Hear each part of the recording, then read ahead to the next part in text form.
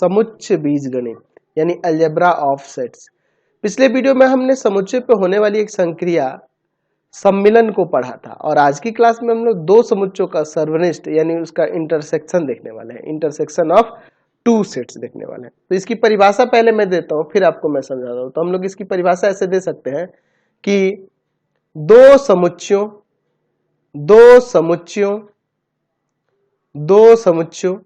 A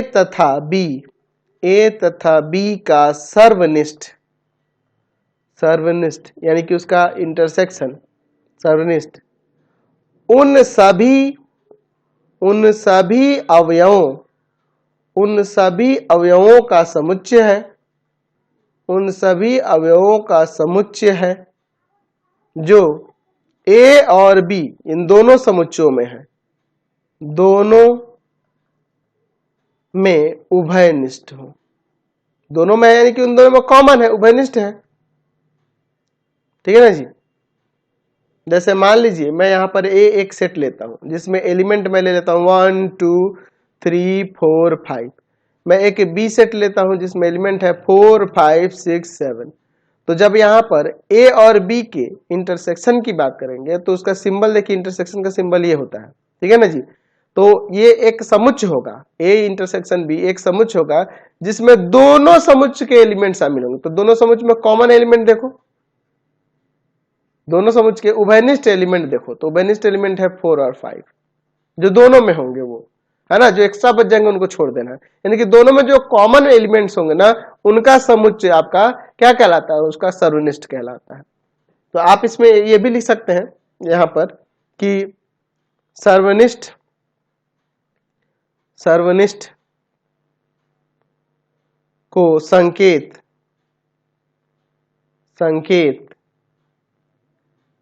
intersection ये दे देंगे से सूचित किया जाता है।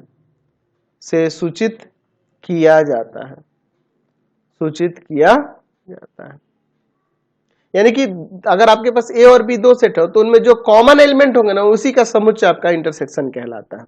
तो इसे आप ऐसे भी लिख सकते हैं कि अगर ए इंटरसेक्शन बी की बात हो रही है, तो ये ऐसा समुच्चय होता है जिसमें एलिमेंट एक्स जो होगा ए से मिलेगा और वह एलिमेंट बी से भी मिलेगा, यानी कि दोनों सेट में मिलेगा। इसलिए मैंने यहां और दे दिया, ए में भी मिलेगा और वो बी में मिलेगा, वैसे एलिमेंट का ये समुच्चय होता है। तो ये हमने सेट बिल्डर फॉर्म में लिख के दिखा दिया है।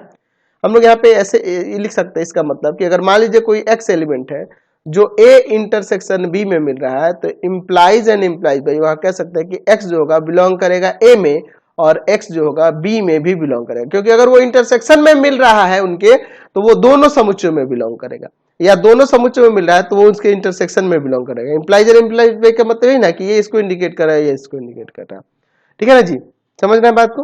अच्छा, अगर हम लोग यहाँ पे ये भी लिख सकते हैं कि एक्स कोई एलिमेंट जब बिलोंग नहीं कर रहा हो ए इंटरसेक्शन बी में, ठीक है ना जी, अगर एक्स कोई एलिमेंट है जो बिलोंग नहीं कर रहा हो ए इंटरसेक्शन बी में, तो वहां पे हम लोग कहेंगे कि एक्स या तो सेट ए में नहीं बिलोंग कर रहा है या सेट बी में नहीं बिलोंग कर रहा है या दोनों में नहीं मिल रहा है ना जी। कहने का मतलब मान लीजिए ए एक सेट ले लेते हैं जिसका एलिमेंट 1 2 3, बी एक सेट ले लेते हैं जिसका एलिमेंट ले लेते हैं 3 4 5 और ए इंटरसेक्शन बी यहाँ पे क्या होगा भाई, ए इंटरसेक्शन बी यहाँ पे 3 आ जाएगा। इसमें एक ही एलिमेंट कॉमन मिल रहा है ना जी। अब मैं कह रहा हूं कि यहाँ पर 2 एक एलिमेंट है जो बिलोंग नहीं कर रहा है ए इंटरसेक्शन बी में, तो ये 2 हो सकता है ए में ना बिलोंग करे या बी में ना बिलोंग करे या दोनों में बिलोंग ना करे। तो लेकिन ये ए सेट ए में मिल जाए लेकिन सेट बी में नहीं मिला, इसीलिए मैंने यहाँ या लगाया है। और मैं यहाँ पे कह देता कि 8 not belongs to A intersection B. तो देखो जब ए इंटरसेक्शन बी में 8 नहीं मिल रहा है तो देखो ए में भी नहीं है और बी में भी नहीं है। या लगाने का मतलब यह है कि हो सकता है वो इस सेट में बिलोंग करे इसमें ना बिलोंग करे, है ना जी, इसमें बिलोंग करे इसमें ना बिलोंग करे या दोनों में ही बिलोंग ना करे, इसलिए ये चीज ये मैंने कंडीशन ऐसे दिया हुआ है। तो जब एक्स ए इंटरसेक्शन बी में नहीं मिलेगा तो इंप्लाइज एंड इंप्लाइज बाई लगा के आप लिखेंगे, ऐसे लिख सकते हैं कि x not belongs to A या x not belongs to B. तो जब नॉट बिलोंग्स की बात आएगी तो यहाँ पे या लग जाता है, ठीक है ना, ये ध्यान रखना। चलिए अब इसका चित्रीय निरूपण देख लेते हैं। यहाँ पे मैं हेडिंग देता हूं, यहाँ पे लिख देता हूं कि सर्वनिष्ठ का चित्रीय प्रदर्शन,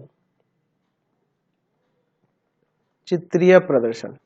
चलिए मैं यहां पर यूनिवर्सल सेट ले लेता हूं, ठीक है, ये आपका यूनिवर्सल सेट हो गया, इसको डिनोट करते हैं यू से, है ना, एस से।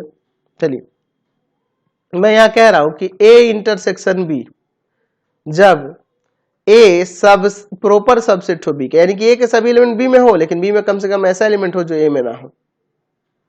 तो यहां पर ए सेट और बी सेट किस तरह से दिखाएंगे, हम लोग ए सेट को बी सेट के अंदर दिखाएंगे, इस तरह से ना जी। ये सेट ए हो गया, ये सेट बी हो गया, क्योंकि ए बी का प्रॉपर सेट है, यानी कि ए के सारे एलिमेंट बी में है, बी में ये जो एक्स्ट्रा है जो ए में नहीं है, ऐसे हम लोग दिखाएंगे ना। तो इस इंटरसेक्शन में क्या देखते हैं, दोनों में जो कॉमन, तो कॉमन वाला एरिया यही ना होगा, सिर्फ ए वाला ही। यानी कहने का मतलब देखो एग्जांपल से ए सेट देखो, जिसमें एलिमेंट 1 2 ले लेते हैं, बी सेट दे लेते हैं जिसमें 1 2 3 4 ले लेते हैं। तो ए बी का प्रॉपर सबसेट है ना जी, ए के सारे एलिमेंट बी में है और बी में कुछ ऐसे हैं जो ए में नहीं है।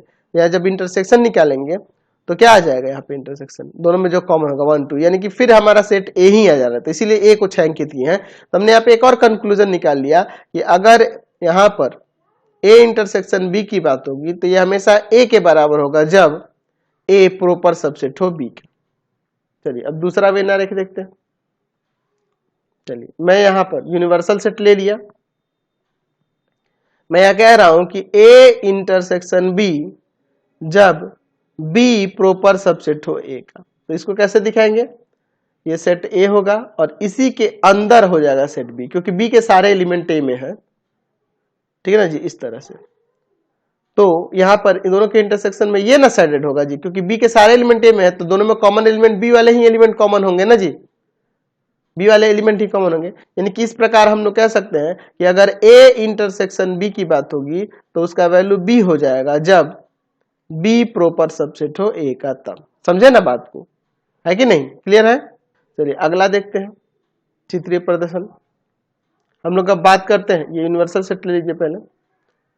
अब देखिए यहां पर ए यूनियन बी की बात करते हैं जब ना तो ए प्रॉपर सबसेट हो बी का, ना ही बी प्रॉपर सबसेट का, यानी कि ए के ही ना सारे एलिमेंट बी में मिले या बी के ही, यानी कुछ ही एलिमेंट कॉमन हो सकते हैं, यानी उसको ऐसे दिखाएंगे। देखिए दो सेट लिए जिनमें कुछ एलिमेंट कॉमन है, ये बीच वाला कॉमन हिस्सा देख रहे हैं ना जी। जैसे एग्जांपल समझिए, ए सेट है जिसमें एलिमेंट 1 2 3, बी सेट है जिसमें आप एलिमेंट ले लो 2 3 4। तो यहाँ ए इंटरसेक्शन जब बी निकालोगे तो दोनों में कॉमन होगा वो सारे एलिमेंट का समुच्चय, तो कॉमन में यहाँ पर 3 और 2 और 3 है ना जी, तो यहाँ पे ए इंटरसेक्शन भी 2 3 हो जाएगा। यानी कि इन दोनों में जो कॉमन हिस्सा होगा वही सिर्फ साइडेड होगा, एक्स्ट्रा वाले को छोड़ देंगे, दोनों में जो बच जाएगा, है ना जी। चलिए अब देखिए एक और देखते हैं, ए इंटरसेक्शन बी, यहाँ इंटरसेक्शन निकाल रहे, सॉरी, ए इंटरसेक्शन बी जब ए तथा बी असंयुक्त समुच्चय है, असंयुक्त समुच्चय है। देखिए यानी कि दोनों डिसजॉइंट है, यानी कि एक भी एलिमेंट कॉमन नहीं है, तो अलग अलग सेट बना देंगे। अब देखिए यहां पे देखिए ए सेट ले लो 1 2 3, उसमें एलिमेंट, समझाने के लिए मैं बता रहा हूं। बी सेट ले लेता हूं, इसमें 4 5 है। तो अगर ए इंटरसेक्शन बी की बात करेंगे तो इसमें जब कोई भी एलिमेंट कॉमन नहीं है तो सिर्फ 5 बच जाएगा, यानी कि सिर्फ रिक्त समुच्चय हो जाएगा। तो यानी इसमें कोई भी छायांकित नहीं करेंगे, यही आपका ए इंटरसेक्शन बी के लिए हो जाएगा जब असंयुक्त होगा। तो यहां से हमें एक कंक्लूजन निकला कि जब असंयुक्त समुच्चय होता है तो ए और बी का इंटरसेक्शन हमेशा 5 के इक्वल होता है, रिक्त समुच्चय के बराबर होता है। समझे ना जी। चलिए अब हम लोग देखते हैं सर्वनिष्ठ संबंधित कुछ प्रमेय है, कुछ थ्योरम है इंटरसेक्शन से रिलेटेड। पहला देखिए क्या कर रहा है कि किसी समुच्चय ए के लिए ए इंटरसेक्शन फाई हमेशा फाई होता है, ये हमें प्रमाणित करना है। देखिए इसका प्रमाण देखिए ए कोई समुच्चय होगा, फाई रिक्त समुच्चय, और रिक्त समुच्चय में कोई भी एलिमेंट नहीं होता, तो दोनों का इंटरसेक्शन रिक्त समुच्चय ही नहीं आएगा क्योंकि इसमें तो कोई एलिमेंट है ही नहीं। चलिए हम लोग यहां पर मान लेते हैं, माना ए इंटरसेक्शन फाई रिक्त नहीं है यदि यह संभव है। यदि यह संभव है, मान लिया कि ए इंटरसेक्शन फाई रिक्त नहीं है। रिक्त तो होता ही है, लेकिन हमने मान लिया कि रिक्त नहीं है। जब रिक्त नहीं है, इसलिए हम लोग ऐसा लिख सकते हैं कि एक्स कोई एलिमेंट है जो इसके इंटरसेक्शन में बिलोंग कर रहा है। जब ये रिक्त नहीं है तो इसमें एक्स कोई एलिमेंट है जो इसमें बिलोंग कर रहा है। Implies by x belongs to phi भी हो जाएगा, क्योंकि देखो इंटरसेक्शन में बिलोंग कर रहा है, इसका मतलब इस सेट में भी बिलोंग करेगा, इस सेट में भी बिलोंग करेगा। बिलोंग करेगा ना जी। चलिए बात को समझ रहे हैं। चलिए तो यहाँ पे हम लोग इंप्लाइज एंड इंप्लाइज बाई देते हैं, ठीक है ना जी। चलिए अब इसके बाद देखें, यहाँ पर जब देख रहे हैं कि x कोई एलिमेंट जो है फाई से बिलोंग कर रहा है, लेकिन फाई तो रिक्त समुच्चय है, लेकिन फाई रिक्त समुच्चय है, रिक्त समुच्चय है। अतः ए इंटरसेक्शन फाई रिक्त नहीं है, ठीक है ना जी। ये आपका रिक्त नहीं हो सकता है, हमारा विरोधाभास प्राप्त हो रहा है ना। यहाँ पे यहाँ लिख सकते हैं, यह लिख देते हैं कि यह विरोधाभास प्राप्त होता है ना जी। ये यहाँ पर हम लोग क्या देख रहे हैं कि फाई रिक्त समुच्चय है, लेकिन यहाँ आ रहा है कि उसमें कोई एलिमेंट एक्स मिल रहा है। इसका मतलब जो हमने माना है कि रिक्त नहीं है, यह विरोधाभास प्राप्त हो रहा है ना जी। अतः ए इंटरसेक्शन फाई रिक्त समुच्चय है, और रिक्त समुच्चय है इसलिए ए इंटरसेक्शन फाई जो होगा फाई के बराबर हो जाएगा। समझ गए। नेक्स्ट देखते हैं अगला प्रमेय। यदि ए तथा बी दो समुच्चय हैं तो ए बी का सबसेट है तब और तभी होगा, ये ए बी का सबसेट तब और तभी होगा जब ए इंटरसेक्शन बी ए के इक्वल हो। ए इंटरसेक्शन बी अगर ए के इक्वल होगा तो ए बी का सबसेट हो जाएगा, ठीक है। चलिए इसका प्रमाण हम लोग यहाँ पर देखते हैं। मान लेते हैं कि माना ए इंटरसेक्शन बी जो है ए के इक्वल है, तो सिद्ध करना है क्या, तो सिद्ध करना है कि A is the subset of B, ठीक है।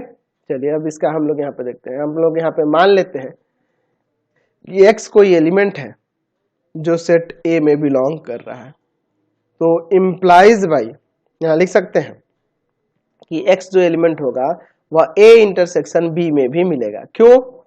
क्योंकि ए इंटरसेक्शन बी ए के बराबर है, तो ए की जगह पे ए भी लिख सकते हैं। अच्छा, इंटरसेक्शन जब यहाँ पे है तो हम लोग जानते हैं कि इंटरसेक्शन लगने का मतलब ये जो एलिमेंट होगा ये इसमें भी होगा, इसमें भी होगा। एक्स बिलोंग्स टू ए और एक्स बिलोंग्स टू बी, दोनों में बिलोंग करेगा। इसका मतलब यहाँ लिख सकते हैं कि एक्स बिलोंग्स टू बी।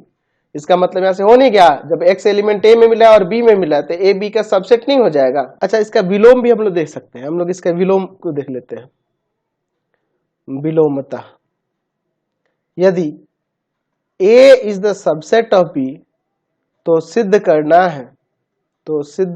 है कि ए इंटरसेक्शन बी ए के बराबर होता। ये हम लोग लेते हैं, ठीक है ना जी। चलिए इसका हम लोग देख लेते हैं। मान लेते हैं कि एक्स कोई एलिमेंट है जो ए इंटरसेक्शन बी में मिला है। इंप्लाइज एंड इम्प्लाइज में यूज करते हैं, हमारा स्टेप बचेगा। तो एक्स बिलोंग करेगा ए में और एक्स किस में बिलोंग करेगा, बी में भी बिलोंग करेगा। अब देखिए यहां पर हमारे पास दिया है कि A is the subset of B, यानी ए के सारे एलिमेंट बी में होंगे, तो ए में जो एलिमेंट मिलेगा वो बी में भी मिलेगा ना, तो एक्स बिलोंग्स टू बी यहां लिख सकते हैं और x belongs to B, sorry x वाले सारे एलिमेंट। चलिए हम लोग यहां पर मान लेते हैं कि एक्स कोई एलिमेंट है जो बिलोंग कर रहा है ए इंटरसेक्शन बी में, तो implies by x belongs to A, intersection है तो और आ जाएगा एक्स बिलोंग्स टू बी, यानी कि एक्स ए में भी मिलेगा और बी में भी मिलेगा। तो हमने ऐसा नहीं लिख सकता है कि एक्स बिलोंग्स टू ए, बिल्कुल। इसलिए कह सकते हैं कि A intersection B is the subset of A. इसे एज इक्वेशन फर्स्ट ले लेते हैं। फिर से अब देखिए, पुनः मान लेते हैं यहाँ पर कि एक एलिमेंट y है, चाहे ए भी ले सकते, एक्स भी ले सकते हैं, जो सेट ए में बिलोंग कर रहा है। तो जब सेट ए में बिलोंग कर रहा है तो हम लोग कह सकते हैं कि सेट ए में बिलोंग कर रहा है और वह सेट बी में भी बिलोंग करेगा। ऐसा क्यों? क्योंकि A is the subset of B. तो जब वो ए में बिलोंग कर रहा है तो वो बी में भी बिलोंग करेगा, क्योंकि ए वाले सारे एलिमेंट बी में मिलेंगे। तो यहाँ पर और है तो क्या आ जाएगा, यहाँ पर ए इंटरसेक्शन बी आ जाएगा। तो यहाँ से हमने क्या दिखा दिया, वाई जो एलिमेंट ए में मिल रहा है वही ए इंटरसेक्शन बी में मिल रहा है। इसका मतलब ये इसका सबसेट है।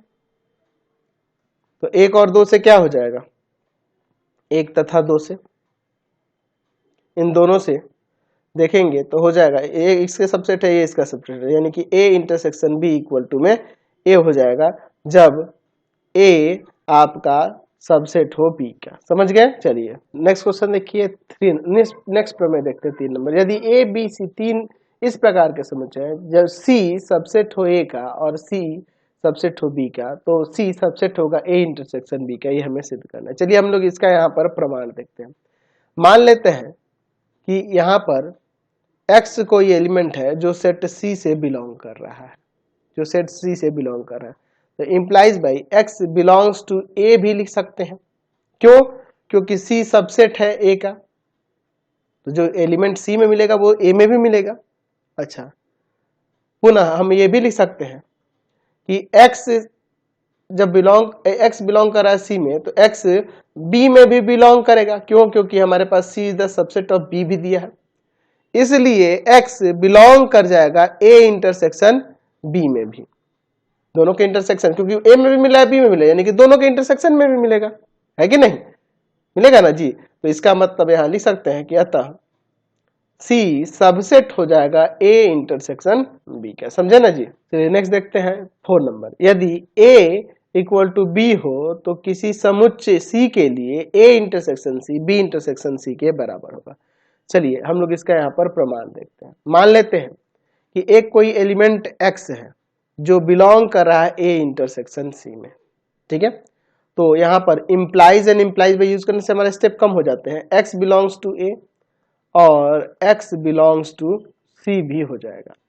अब देखिए यहाँ पे हम लोग देख रहे हैं ऊपर कि A सेट और B सेट इक्वल सेट है, तो जो एलिमेंट x A में मिल रहा है वो B में भी मिलेगा, मिलेगा ना जी। चलिए यहाँ और है तो यहाँ फिर से यहाँ पे इंटरसेक्शन ले सकते हैं कि नहीं, बिल्कुल। तो यहाँ से हो जाएगा कि नहीं, A इंटरसेक्शन C बराबर में B इंटरसेक्शन C। तो हमने सारे प्रमेय देख लिए जो इससे रिलेटेड थे, सर्वनिष्ठ से रिलेटेड। आज की क्लास में इतना ही, नेक्स्ट वीडियो में आगे देखेंगे। आपको हमारे 3 चैनलों को सब्सक्राइब करना होगा। पहला है path finder classes Chhapra, path finder classes Chhapra.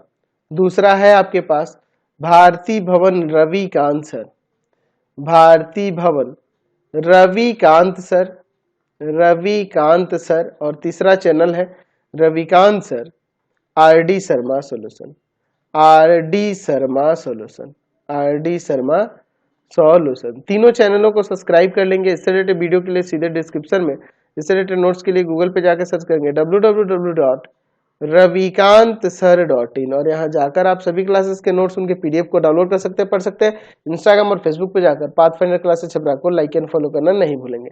Thanks for watching the video. Comment करके जरूर बताएं कि हमारे चैनल के वीडियोज आप सभी को कैसे लगते हैं। Thanks for watching.